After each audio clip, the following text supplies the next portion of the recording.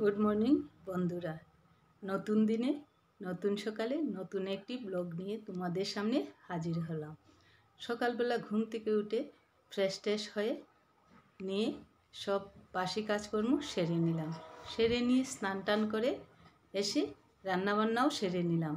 রান্নাবান্না সেরে তোমাদের সামনে এখন হাজির হলাম। আশা করি বন্ধুরা তোমরা ভালো আছো, আমিও ভালো আছি। আজ রথযাত্রা, তাই সবাইকে রথযাত্রার শুভকামনা এবং ভালোবাসা রইল। বড়দের প্রতি আমার প্রণাম রইল।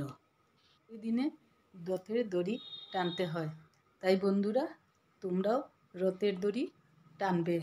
আমিও বিকেলবেলা আমাদের বাড়ির সামনে দিয়ে একটি রথ আসে। আমাদের পাশে একটা বড় আখড়া রয়েছে, সেই আখড়ার বড় রথ আসে। আমিও রথ টানব। তোমরা সবাইও ছোটো হোক বড় হোক যে কোনো ধরনের রথই একটু টেনে নেবে। রথ টানা নাকি খুব ভালো। এখন আমি গেটের বাইরে বের হয়ে দেখি ছাগলগুলো কি সুন্দর করে ঘাস খাচ্ছে। আকাশে রুদ্র। সবে বলে রথের দিনে নাকি বৃষ্টি হয়, কিন্তু বৃষ্টির কোনো নামগন্ধই নেই। বাগানে কি সুন্দর ফুল ফুটেছে। বন্ধুরা আগে একদিনও দেখিয়েছি, বলেছিলাম ফুলটির নাম কি বলার জন্যে, কিন্তু কেউ নামটি বলনি। জানলে অবশ্যই ফুলটির নাম বলে দেবে।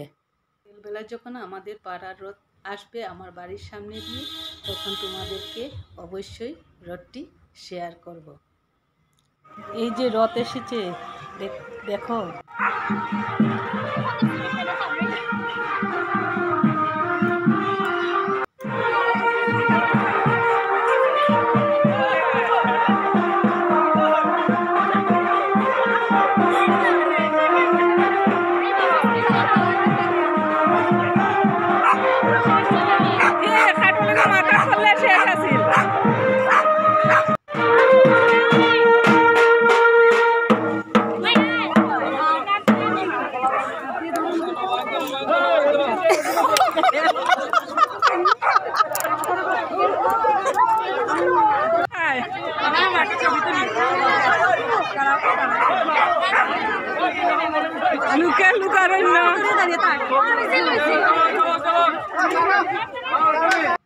কারেন্ট এসেছে, এতক্ষণ কারেন্ট ছিল না।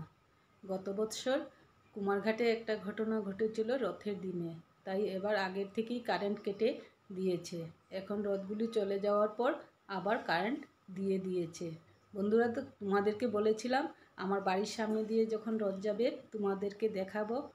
তোমরা তো দেখেইছ। এখন ব্লগটি আর বড় করলাম না, এখানেই শেষ করে দিলাম।